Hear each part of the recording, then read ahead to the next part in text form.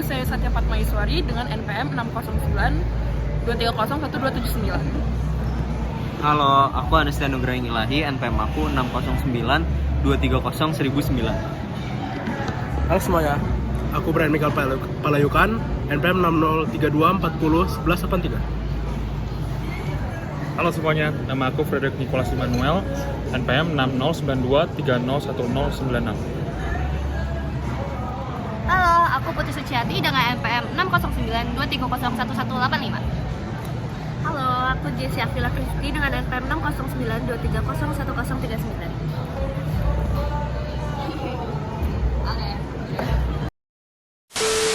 Lulus, musik tarik atau semangat mana?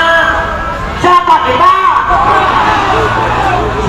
Ribuan pengemudi ojek online dan taksi online menduduki Jalan Diponegoro di depan Gedung Sate Kota Bandung pada Selasa 25 Juni 2024. Mereka tidak tahu apa yang kami lakukan. Mereka tidak tahu apa yang sudah saya lakukan.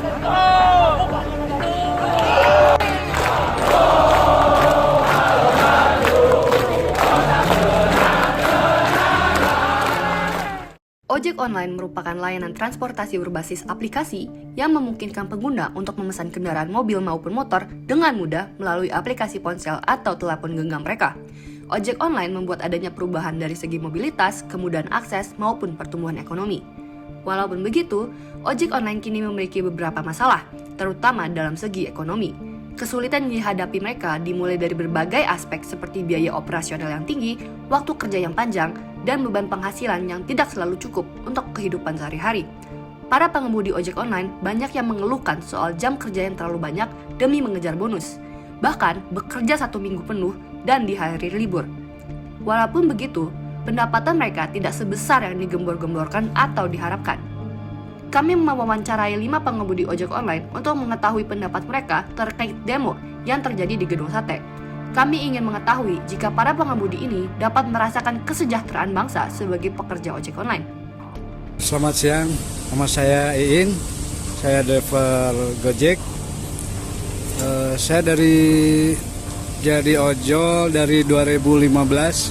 Nama saya Deru Sugiarto, aktif mulai Gojek tahun 2017. Nama saya Yosep, ngojol kurang lebih 3 tahunan teh. Nama saya Jaya Permana, narik ojol tuh dari tahun 2016. Nama saya Wawan, saya ngojol udah dari bulan Mei tahun 2018. Nama saya Yudia, ngegojek dari tahun 2015. Nama Asep Setiawan dari 2018. Perkenalkan, nama saya Diki, saya udah narik Gojek dari tahun 2018.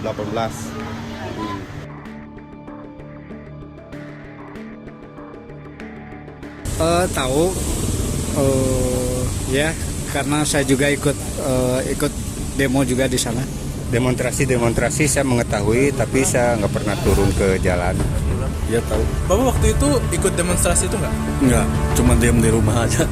Oh, itu ya, Juni kemarin tuh ya saya tahu, cuman saya nggak ikutan, soalnya kan saya tuh sistem dari ojolnya beda lagi lah. Dari Gojeknya tuh kan ada yang dari reguler sama bukan gitu. Saya termasuk yang bukan reguler gitu.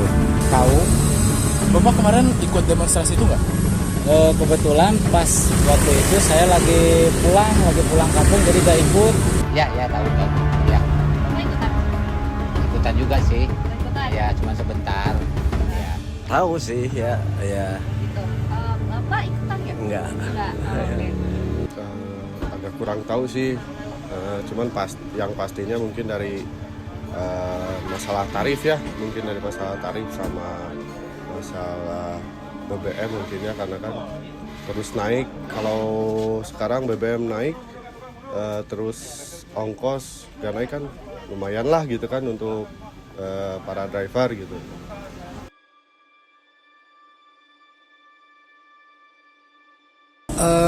Saya sebagai driver sebenarnya sangat mendukung gitu ya untuk keberlangsungan driver sendiri gitu. Ya Tapi tetap nggak ngaruh, nggak di ACC, ya balapnya masih naik, cuman nggak di ACC. Terus ya bagus lah kalau menurut saya mah untuk kemakmuran kesejahteraan para ojol di jalanan. Soalnya orang yang bekerja kayak ojol kan nggak punya penghasilan tetap ya.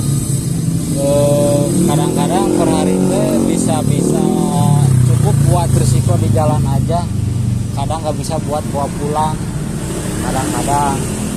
Bagus sih sebetulnya mah untuk kenaikannya, untuk mesejahterakan driver juga, dan sebetulnya memang harus dinaikkan sih. Kata saya kurang bagus. Ya soalnya dari demo itu nggak ada perubahan. Ya wajar sih, sangat wajar karena kan kita negara demokrasi ya. Jadi ya sewajarnya aja gitu sih. Kesulitan ekonomi yang dirasakan oleh para pengemudi ojek online semakin memburuk dengan tarif yang semakin murah pada aplikasi-aplikasi ojek online. Kekhawatiran dan amarah terkait tarif yang semakin murah ini membuat pengemudi ojek online menuntut perusahaan mereka untuk menaikkan tarif dasar. Pada 25 Juni 2024, sekitar 3.000 pengemudi ojek online ikut serta dalam aksi unjuk rasa di depan gedung sate. Demonstrasi ini didasarkan oleh para pengemudi yang merasa bahwa tarif yang mereka dapatkan tidak sepadan dengan tenaga yang mereka keluarkan untuk mendapatkan tarif tersebut. Serta para pengemudi juga merasa bahwa tarif yang ditetapkan tidak manusiawi dan merugikan pengemudi. Selain itu, pendapatan bersih mereka kerap terpotong karena perusahaan memberlakukan promo serta promo. Alhasil, para pengemudi menuntut agar perusahaan ojek online menaikkan tarif dasar kendaraan dua roda dari 2.000 menjadi 2.600 dan tarif minimal 4 km menjadi 11.600.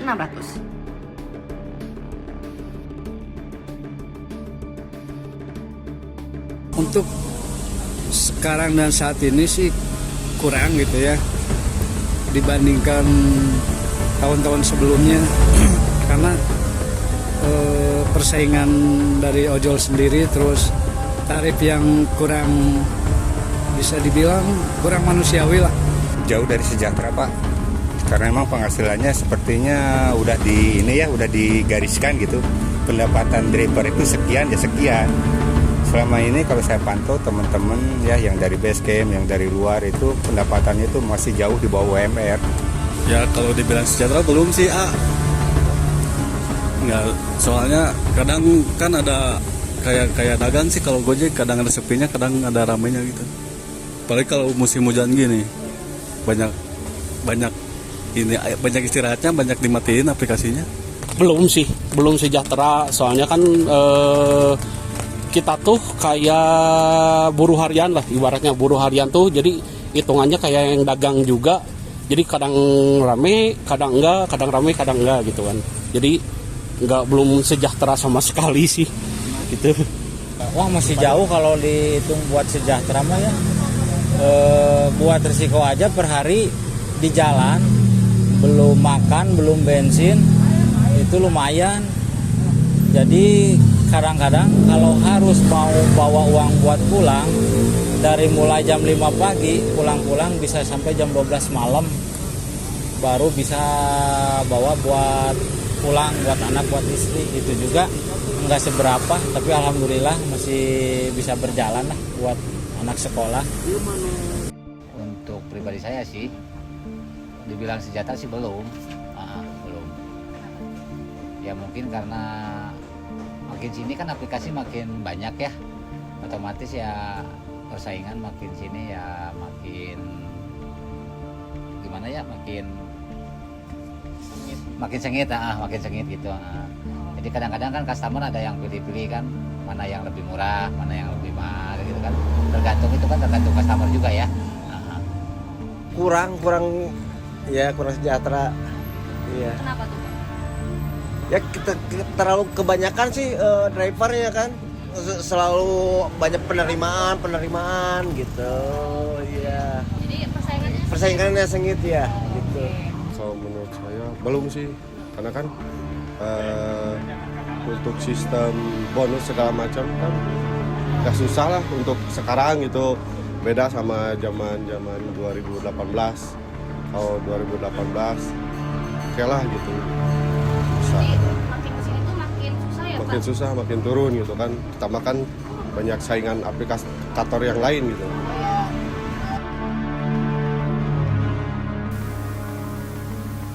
Kami datang ke sini, tujuannya adalah ke Bapak Gubernur.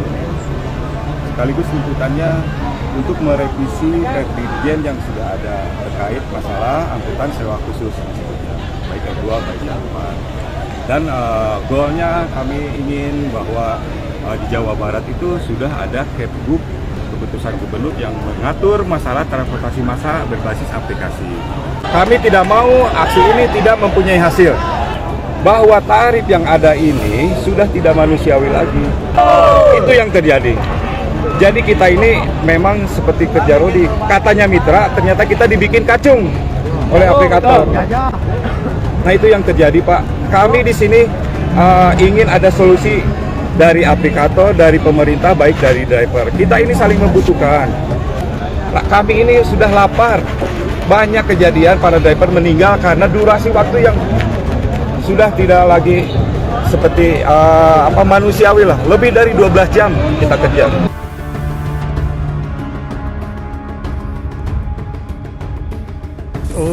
Kalau dari pihak ojol sendiri belum merasakan sila kelima itu, cuman kita walaupun istilahnya mau demo besar-besaran pun dari pihak aplikator nggak ada respon sama sekali.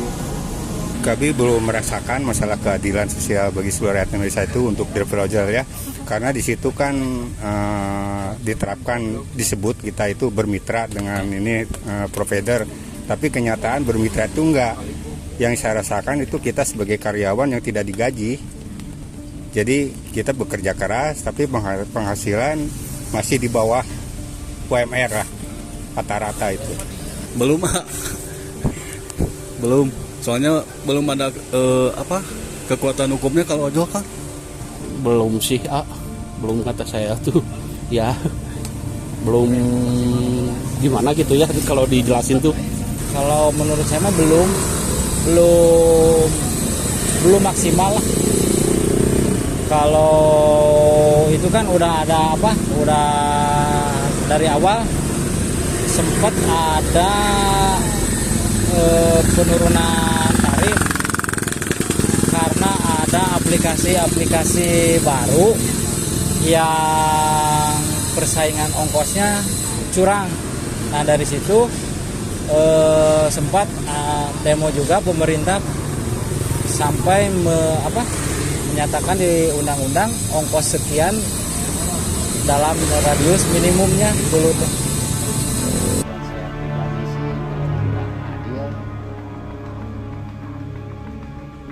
Bisa adil, bisa enggak ya. Dibilang enak ya, enak sih. Ya. Akhir-akhir ini tuh cukup mencukupi kehidupan kita sehari-hari atau kayak pas-pasan banget? Pas-pasan sih, ya, pas-pasan ya. Ya tergantung orangnya gitu kan. Kalau misalnya kan menurut aplikator, kalau akun ya melalui akun. Kalau akunnya bagus ya enak aja gitu ya. Berarti kalau Bapak sendiri? Alhamdulillah. Belum sih. Kenapa tuh, Pak? Ya yang pertama kalau ada masalah kenaikan terus kita demo, kadang kan didengar, kadang enggak gitu kan. Jadi ya menurut saya belum sih gitu.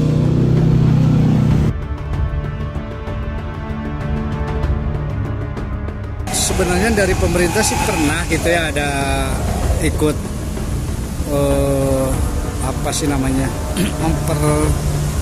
menyelesaikan masalah, cuman belum ada titik terang dari pihak aplikatornya itu sendiri sih. Dalam wacananya sih setelah demo-demo itu pemerintah akan membantu, tapi tidak ada kontribusinya yang terasa gitu ya. Walau alam apakah itu telah diterapkan atau belum, yang jelas tidak ada perubahan dalam sistem itu, terutama per kilometernya misalnya ditaikan nggak ada, masih dari dulu juga begitu segitu. Jadi sekarang itu per kilometernya itu cuma 2.400. Tapi kenyataannya kita sepertinya itu banyak dikelobai dari GPS. Kita tahu mungkin start nolnya itu dari 1 kilometer atau dari 2 kilometer setelah kita jalan start nolnya itu, jadi jaraknya itu jadi pendek, trip jadi ini ya mungkin itu karena persaingan ya, dari persaingan dari antar kompetitor provider gitu.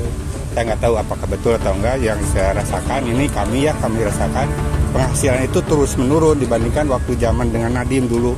Itu saya rasakan ya lumayan lah dibandingkan dengan sekarang ini. Belum ada perubahan dari dulu. Ya harapannya Bapak ke depannya pemerintah gimana? Ya harus ada payung hukumnya sih buat Gojek. Terus paling ya minta kenaikan tarif itu ditindaklanjuti lah. Belum sama sekali tuh kayak misalnya kita ke ojol itu belum ada badan hukum. Jadi kita tuh mau laporan atau apa, jadi belum ada backupan dari pemerintah gitu. Kayak tarif kemarin, penurunan tarif, jadi semua ojek online tuh gak ngikutin arahan pemerintah. Kalau misalnya adalah beberapa driver juga, bukan driver sih, aplikasi lain juga ada yang gak ngikutin pemerintah gitu.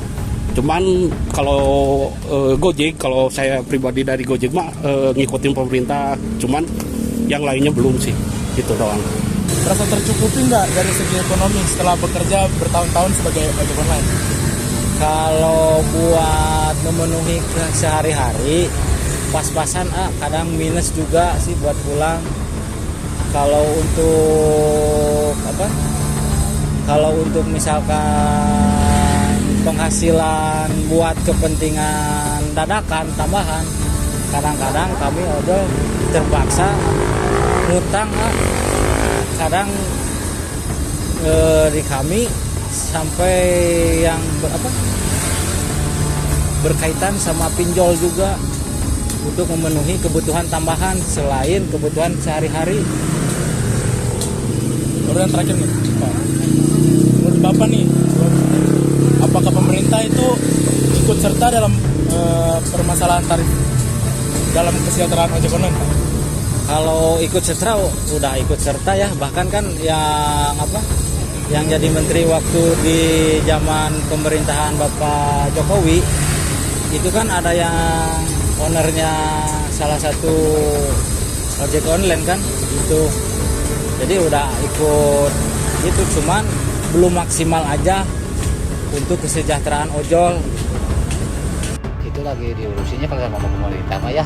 Itu belum terjun sih sebenarnya mah ya. Belum ada ketok palu gitu untuk kenaikan apa gimana gitu ya. Ya gitu. Belum sih. Ya, ada tapi belum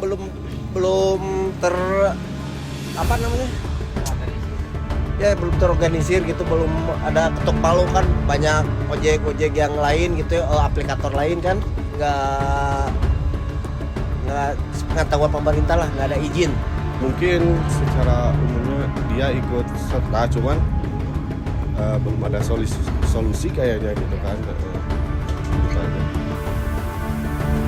Kami menyimpulkan, para pengemudi merasa bahwa mereka belum dapat merasakan kesejahteraan sebagai pekerja ojek online. Mereka merasa bahwa kerja keras mereka belum menghasilkan gaji yang setimpal. Bagi mereka, pemerintah belum menunjukkan perubahan nyata untuk kesejahteraan para pengemudi ojek online, seperti tarif yang masih rendah dan jam kerja yang tidak manusiawi. Mereka juga merasa penghasilan mereka terus menurun dan berdampak pada upaya mereka mencukupi biaya sehari-hari. Sila kelima yang menjunjung keadilan sosial bagi seluruh rakyat Indonesia belum dirasakan para pengemudi ojek online ini. Kami merasa bahwa para pekerja ojek online yang rawan merasakan kebijakan negara harusnya mendapatkan lebih banyak perhatian pemerintah untuk memiliki kesejahteraan. Namun, berdasarkan wawancara yang kami lakukan, pemerintah masih perlu meningkatkan upaya dalam memberikan kesejahteraan bagi para ojek online ini.